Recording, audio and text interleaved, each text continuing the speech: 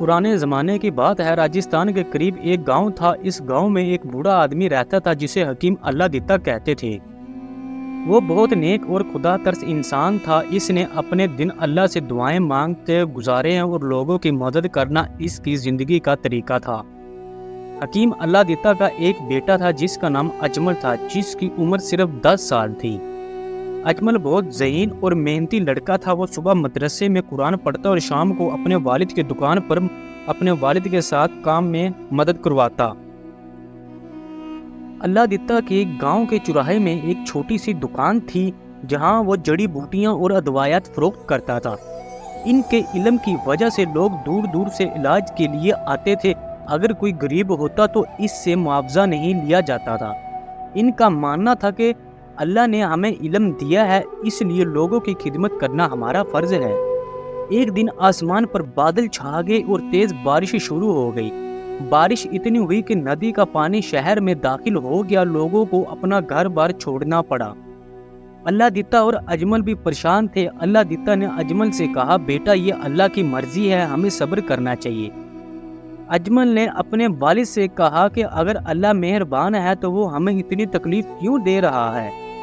अल्लाह दिता ने मुस्कुरा कर कहा, अल्लाह के हर काम में हिकमत होती है जो हमें पहले समझ नहीं आती। जब बारिश रुकी तो इसने देखा कि इसकी दुकान की छत गिर गई है, जिससे तमाम अदवायात बर्बाद हो गई हैं। लेकिन अल्लाह दिते के चेहरे पर कोई उदासी नहीं थी। इसने कहा, अल्लाह का शुक्र है, हम महफूज है, दुकान तो दोबारा बन जाएगी। अजमल हैरान था कि अब्बू इतने खुश क्यों हैं। अल्लाह दिता ने समझाया, बेटा जब कोई आफत आती है तो अल्लाह की तरफ से कोई ना कोई हिकमत होती है। शायद इस आफत ने हमें किसी बड़े मसले से बचा लिया हो।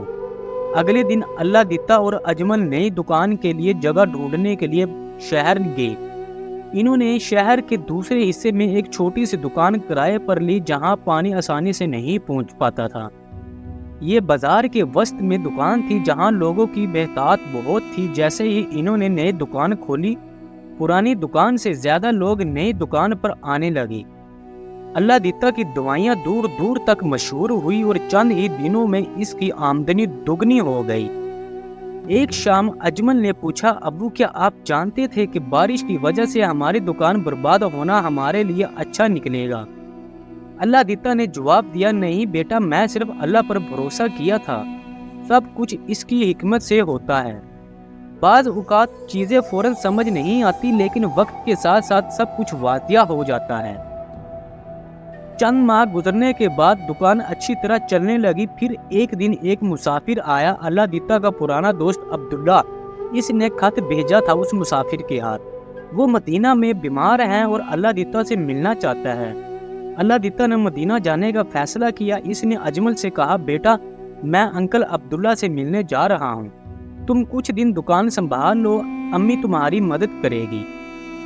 अजमल परेशान था कि वो अकेला कैसे संभालेगा, लेकिन अल्लाह दिता ने इसके सर पर हाथ रखते हुए कहा, प्यारे बेटे, अल्लाह तुम्हारे साथ है, इस मुश्किल वक्त में भी कोई ना कोई हिकमत ज़रूर आएगी। अल्लाह दिता मदीना की तरफ रवाना हुआ और अजमल दुकान पर बैठ गया। पहले दिन कोई काबिल जिक्र गाहक नहीं थी। अगले दिन एक बूढ़ा आदमी अंदर आया जो बहुत बीमार नजर आ रहा था। इसने कहा, बेटा मुझे सर दर्द की दुआ चाहिए, लेकिन मेरे पास पैसे नहीं हैं। अजमल ने सोचा कि अगर अब्बू यहाँ होते तो बगैर किसी मुआवजे के इन्हें दुआएं दे देते। तो इसने इसे दुआ दे दी और कहा कि पैसे की फिक्र ना करो। बूढ़े ने इसे मुबारक दी और चला गया।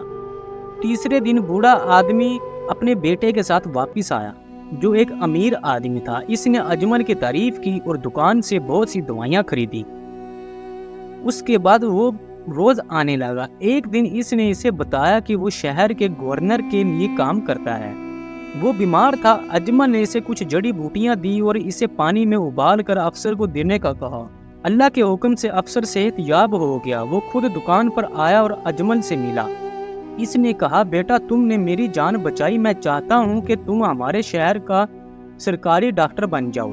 अजमल हैरान रह गया। जब अल्लाह दिता वापस आया तो इसने सब कुछ सुना और मुस्कुराते हुए कहा, देख बेटा, सफ़र में भी अल्लाह की हिकमत मेरे साथ थी।